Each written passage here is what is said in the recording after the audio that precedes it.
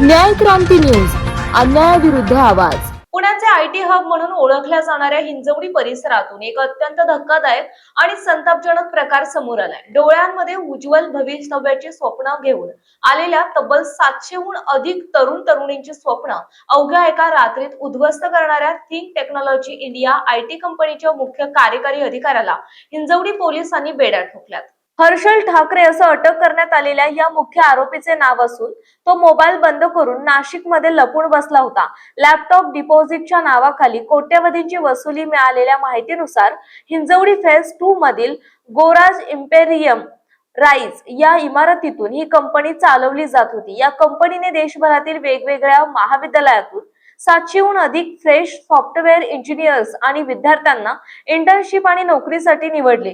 कामासाठी लॅपटॉप देण्याच्या नावाखाली या महाठगाने प्रत्येक उमेदवाराकडून 15,000 रुपये सिक्युरिटी डिपॉझिट रोख जमा करून घेतले होते।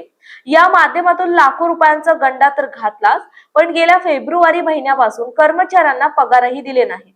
एका रात्रीत कंपनीला ठोकले टाळे, चेकही झाले बाउन्स। कंपनीमध्ये जेव्हा त्रस्त इंजिनियर्सनी आपल्या कष्टाच्या पगाराची मागणी केली तेव्हा त्यांना कंपनीकडून धनादेश देण्यात आले, मात्र तेच सर्व चेक बँकेत बाउन्स झाले। त्यानंतर कोणतीही पूर्वकल्पना न देता आरोपी सीईओ हर्षल ठाकरे याने एका रात्रीत हिंजवडीतील ऑफिसला टाळे ठोकले आणि तो सर्व पैसे घेऊन फरार झाला।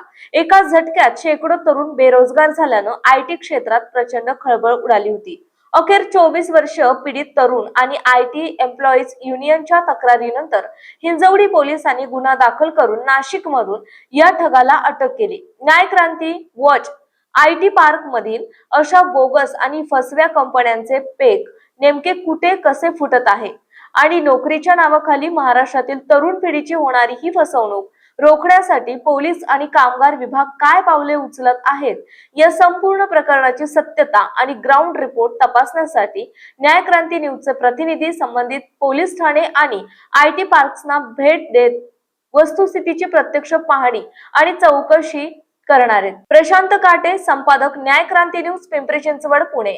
आपल्या परिसरातील बातम्या पाहण्यासाठी चॅनलला सबस्क्राईब करा, व्हिडिओला लाईक करा आणि बेल आयकॉन दाबायला विसरू नका।